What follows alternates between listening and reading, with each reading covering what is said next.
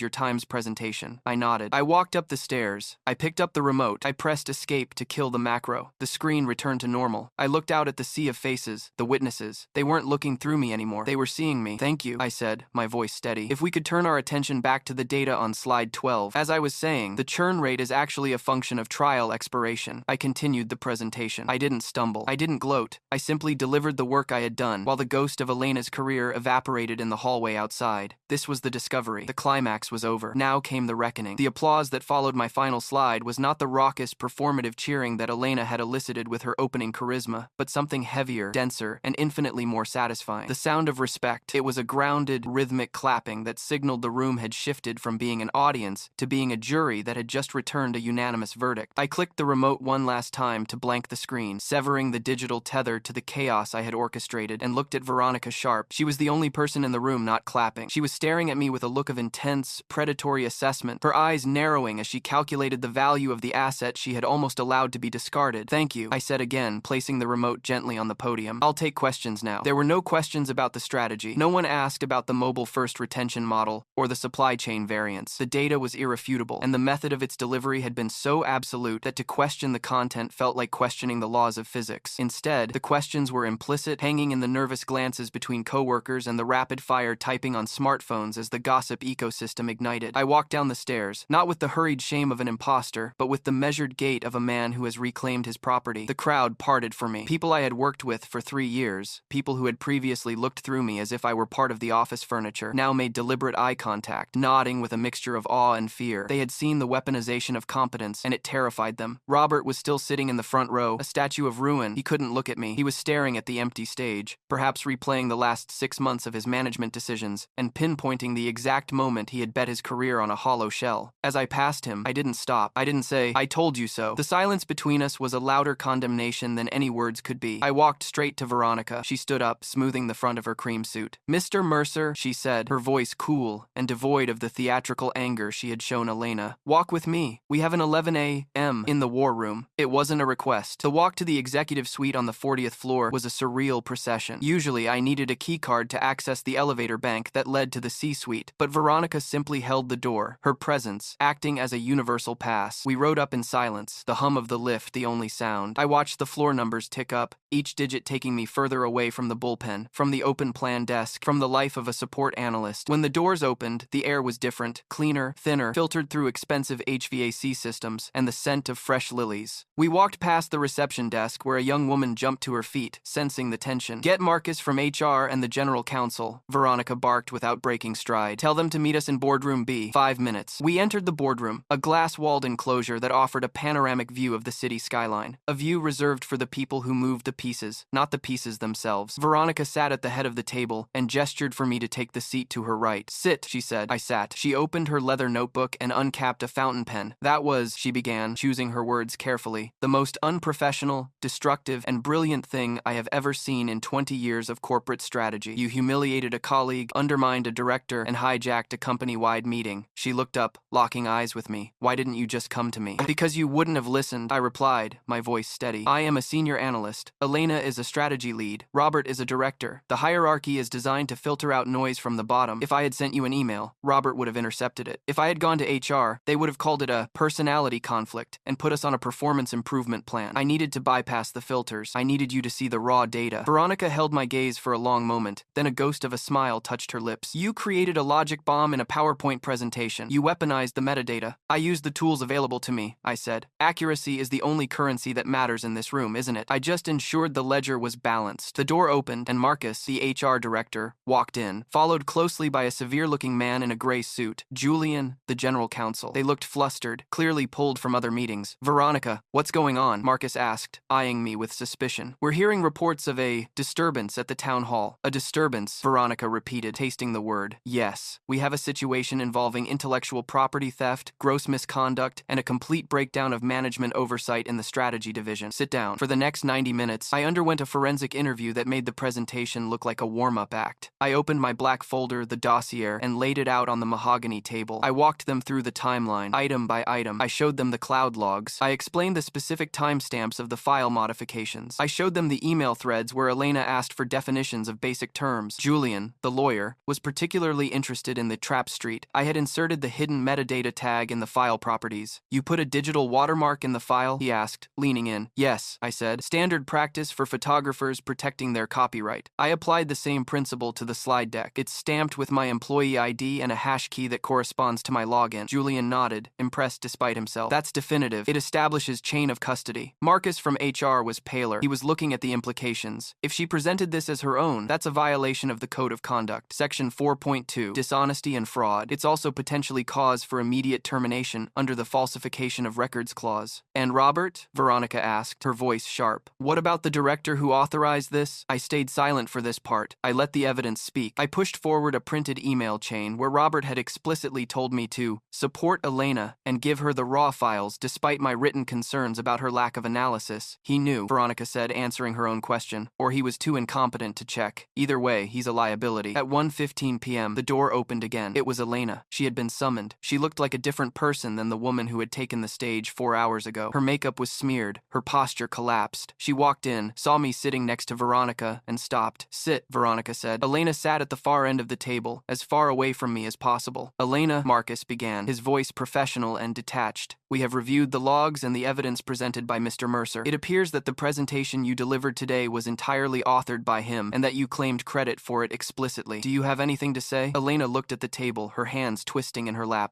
We were collaborating," she whispered. "It was a team effort. Robert said I should take the lead on the delivery. I didn't mean to." "Stop," Veronica cut in. "I don't want to hear about the delivery. I want to know about the work. Did you run the SQL queries? Did you build the regression model? Did you write the risk assessment?" Elena stayed silent. The silence stretched, filling the room with the suffocating weight of the truth. "No," she finally admitted, her voice barely audible. "I didn't." "Then you are of no use to this organization," Veronica said. "Marcus, process the paperwork. Immediate termination for cause. We will not be offering a severance package, and we will be contesting any unemployment claims on the grounds of gross misconduct." Elena looked up, tears streaming down her face. "But my reputation. You can't just... You destroyed your own reputation," I said. It was the first time I had spoken since she entered. "You built a castle on sand, Elena. All I did was wait for the tide." She looked at me with pure hatred, but beneath the hatred was fear. She knew I was right. 2 security guards were called. They escorted her out. I watched through the glass wall as she was led to her desk to collect her personal items. I watched her put a framed photo and a succulent into a cardboard box. I watched her walk to the elevator, her head down, stripped of her power, stripped of her narrative. She was gone before the elevator doors even closed. Robert's exit was less dramatic but equally final. He wasn't fired in the room. He was given the dignity of a resignation. He was called in after Elena left. Veronica spoke to him for 5 5 minutes. I couldn't hear the words, but I saw his shoulders slump. He nodded, shook her hand weakly, and walked out. He didn't look at me. By 3 p.m., the strategy division had no director and no lead. It was a crater, and I was the only one left standing in the blast zone. Veronica turned to me. Well, she said, closing the folder. That cleans the house. Now we have to rebuild it. The Anders Kaufman account is still at risk. The client is expecting a pitch team. I can lead it, I said. I know the data. I know the client's pain points better than anyone because I spent 3 weeks living inside their operational metrics. I don't need a team. I need a budget and the authority to implement the plan I wrote. Veronica looked at me. She assessed the suit, the posture, the coldness in my eyes. She wasn't seeing a support analyst anymore. She was seeing a killer. Acting director, she said. Interim title, 90-day probation. If you land the renewal, the interim drops off. Salary adjustment to $185,000 effective today. And you report directly to me. No more Roberts. Make it $210,000, I said. And I want a full-time junior analyst to handle the data entry. I'm done doing the grunt work. Veronica raised an eyebrow. She tapped her pen on the table. Done, she said. Don't make me regret this, Alex. I won't, I replied. I don't make errors. I correct them. The transition was jarring. I moved into Robert's office the next day. I didn't change much, but I took down his framed diploma and replaced it with a blank whiteboard. I needed space to think, not space to boast. The office atmosphere was strange. People treated me with a new, terrified deference. The witnesses from the town hall, Sarah, David, the others would stop talking when I entered the break room. They would bring me coffee I didn't ask for. They would double-check their own work before sending it to me, terrified that I would find a logic bomb in their spreadsheets. I had become the thing I despised, in a way, a figure of fear. But unlike Elena, my authority was rooted in competence, not charisma. I landed the Anders Kaufman renewal 2 weeks later. The client loved the presentation. They had no idea about the drama behind the scenes. They just saw the value. I signed the contract worth $12 million over 3 years. Veronica kept her word. The interim was dropped. I was the director of strategy at 32 years old. The money hit my bank account, a number that looked like a phone number. I paid off my mortgage. I bought a new car. I took Julie to Italy. But something inside me had calcified. The innocence was gone. I no longer trusted a smile or a handshake. I trusted logs. I trusted timestamps. I trusted the audit trail. I became a manager who demanded absolute transparency. I fired 3 people in my first year, not for incompetence, but for obfuscation. I built a team of killers, analysts who valued truth over optics. We became the most profitable division in the company. But I never made friends at work again. I ate lunch alone, usually reading industry reports. The isolation was the price of the crown. 3 years later, I was sitting on the terrace of a vineyard in Napa, a corporate retreat for the executive leadership team. The sun was setting, casting long golden shadows across the vines. I was drinking a Pinot Noir that cost more per bottle than my first car. My phone buzzed. It was a LinkedIn notification. People you may know. I rarely checked it, but my thumb hovered over the screen. The algorithm had surfaced a profile. Elena Vance. I hadn't thought about her in months. I clicked on the profile. She looked different. Her photo was heavily filtered, a soft focus glamour shot. Her title read, Holistic Life Coach and Brand Storyteller. Her bio was a word salad of buzzwords, helping creatives reclaim their narrative, empowerment through authenticity, manifesting your truth. She had 500 plus connections, mostly bots and other coaches. I scrolled down to her work history. The gap from our company was glossed over as a sabbatical for personal growth. There was no mention of the theft, no mention of the firing. She had rewritten history again. She was selling a course on overcoming workplace trauma for $49.99. I felt a surge of the old anger, a hot spike in my chest. She was still doing it. She was still grifting. I thought about exposing her again. I could write a post. I could comment on her page. I could link the court records or the public dismissal notice. I had the power to burn her down all over again. But then I looked at the vineyard. I looked at my wife, Julie, who was laughing with the CFO's husband at a nearby table. I looked at my life. I was whole. I was successful. I was real. Elena was trapped in a cycle of her own making, a purgatory of reinvention where she had to constantly run from the truth of her own mediocrity. She wasn't an antagonist anymore. She was a cautionary tale. She was a glitch I had already patched. To engage with her now would be to lower myself back into the mud. I didn't need to destroy her. She was destroying herself, slowly, quietly, one $50 course at a time. The ultimate revenge wasn't punishment. It was irrelevance. I locked my phone and set it face down on the table. The anger dissipated, replaced by the cool evening breeze. I took a sip of the wine. It tasted of earth and time, complex and honest. I closed my eyes and listened to the wind rustling through the leaves. I remembered the sound of the clicker, the snap of plastic that had started it all. It seemed like a lifetime ago, a sound from a different world. I was no longer the man who needed to prove he existed. I was the man who wrote the code, and the code was running perfectly. Alex? Julie called out, waving me over. Come look at this view. It's perfect. I stood up, leaving the phone on the table. Coming, I said. I walked toward her, toward the light, and I didn't look back. The script was finished. The file was saved. The case was closed.